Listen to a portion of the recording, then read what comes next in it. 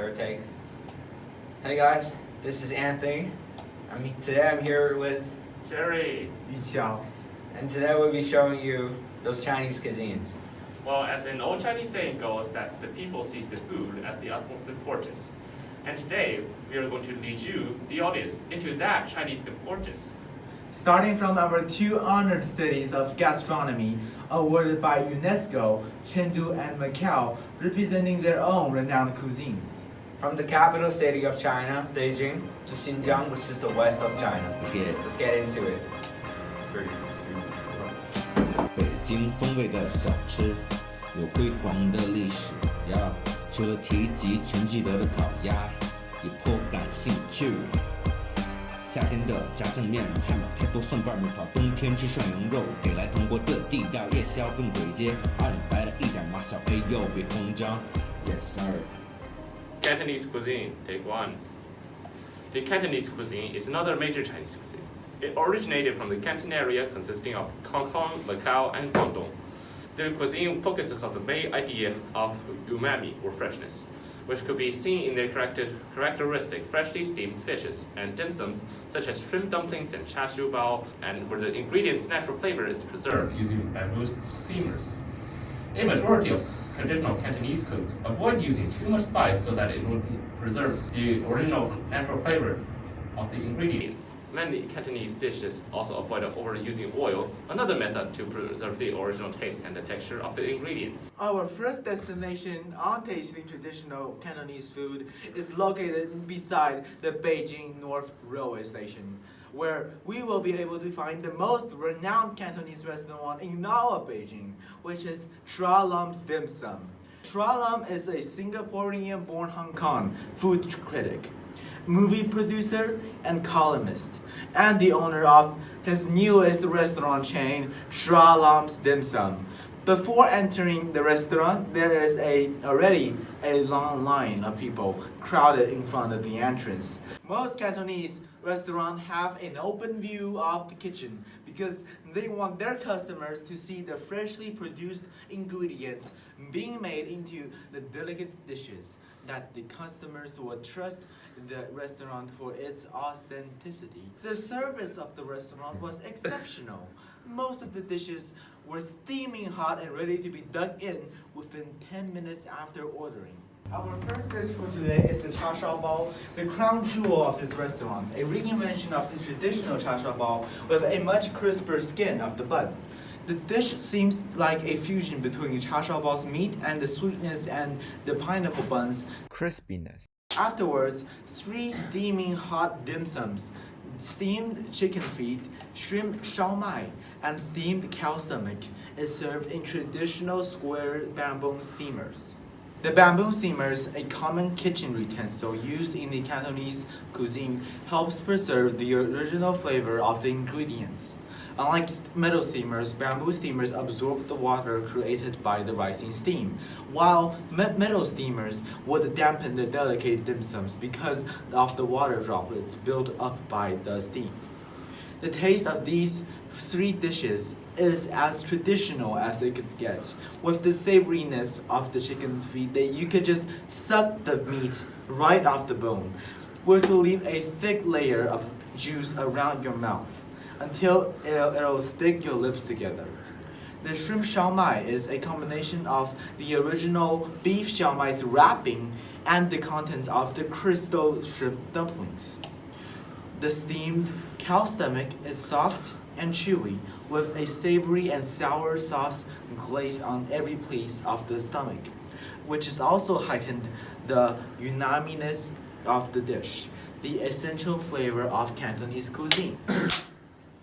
After this trip, we saw some new innovations made by Tra Lum, such as the cha shao bao, a combination of the pineapple bread and the contents of the traditional cha shao bao. This innovation has successfully combined the sweetness and crispiness of the pineapple bread, a trending flavor among many of the young people, and the traditional cha shao meat, or barbecued sweet pork. Originated from the capital of China, Beijing cuisine will be the next cuisine that we will explore. Since it was China's capital for centuries, in the previous days, chefs from everywhere in China were able to show off their skills in front of the imperial family. Thus, Beijing cuisine was influenced by every other cuisine around China. Nowadays, the imperial delicacies are presented in front of everyday Chinese people and travelers worldwide. Today, we will be tasting two traditional dishes that were originally made for the common people. The dishes are sweet skewers, 糖葫芦, and boiled stomach, 爆肚. When walking through the hutons near Hohai, we have found a rather interesting alteration to the sweet skewers. Instead of the long traditional skewers with 7 or 8 hawthorns, many shops are now selling mini skewers with only 4 hawthorns in total. We realized that this change in the traditional skewers is its purpose of convenience. With the fast-paced lifestyle of a majority of people, the mini skewers may appeal to the people because of the convenience in its size. Because you can't just walk into an office building with a 2-foot-long stick stuffed with hawthorns. After enjoying the mini skewers, we entered a more traditional environment to feast on the boiled stomachs. The boiled stomach is first boiled swiftly using water, hence the Bois in the name, which means burst. It is served together with a sweet and rich sesame sauce, which is served as the dipping sauce.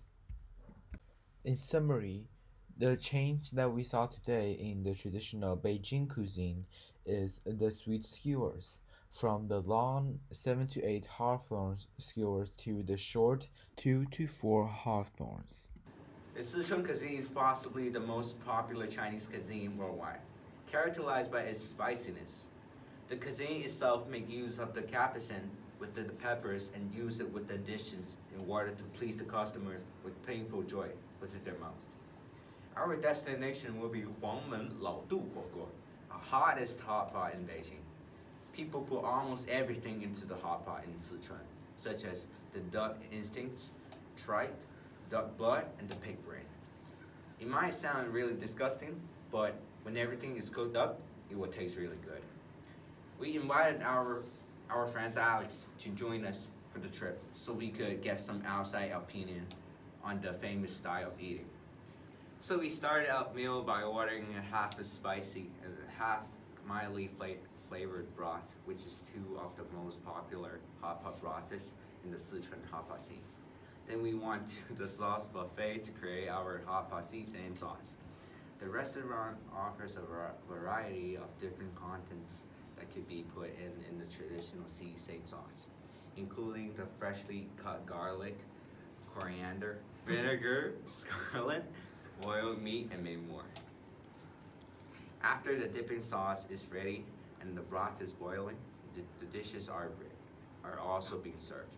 We ordered tripe, pig brain, duck instincts, mashed shrimp, mutton strips, and beef strips. All the initials to enjoying a good hot pot. The hand-cut mutton and beef strips were chewy, savory, and especially spicy when boiled in the spicy broth. The mashed shrimp was enjoyed by marinating it in the soy sauce after boiling it. When eating, it is also important to remember the duration needed to cook different types of food, so it could be eaten at the perfect degree of being cooked.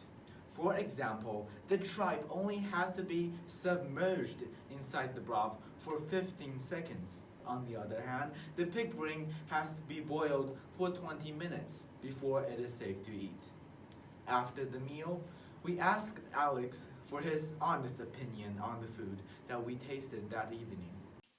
So when I've been invited for the hot pot, I was actually very surprised, but also very excited, as I heard a lot of good things about hot pots and how of a new and peculiar experience it is, and a fun experience to add. But I didn't expect that when I got there, I was told that I would have to eat tripe, duck intestines, pig brains, and duck blood. It sounds very disgusting for a person that never ate this stuff before. Your brain. It's not the brain. It's a brain.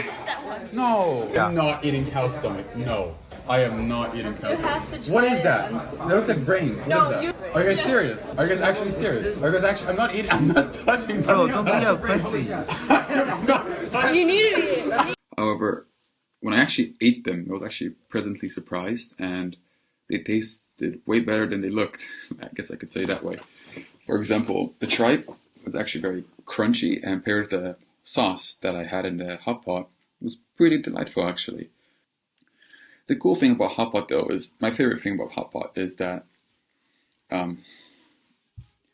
it's like you're cooking for yourself. You have your own like soup that you get to cook in right in front of you. You just put your meat, pick your pig brain, pick anything you have, and just dump it in the spicy or unspicy hot pot. And then you just eat it in a span of a few seconds or a minute, depends on what you eat. And I found that very fascinating and enjoyable, to be honest. And I really recommend it to my friends and anyone else that haven't tried it yet. And they should try new foods like the pig brains. And they shouldn't be afraid of the actual names, and they should try it as it was good. Unlike other Chinese cuisines, Xinjiang cuisine is actually brought into China by other Islamic people migrating into China. And actually, they also brought their food into China, which finally became Xinjiang cuisine by merging with Chinese food.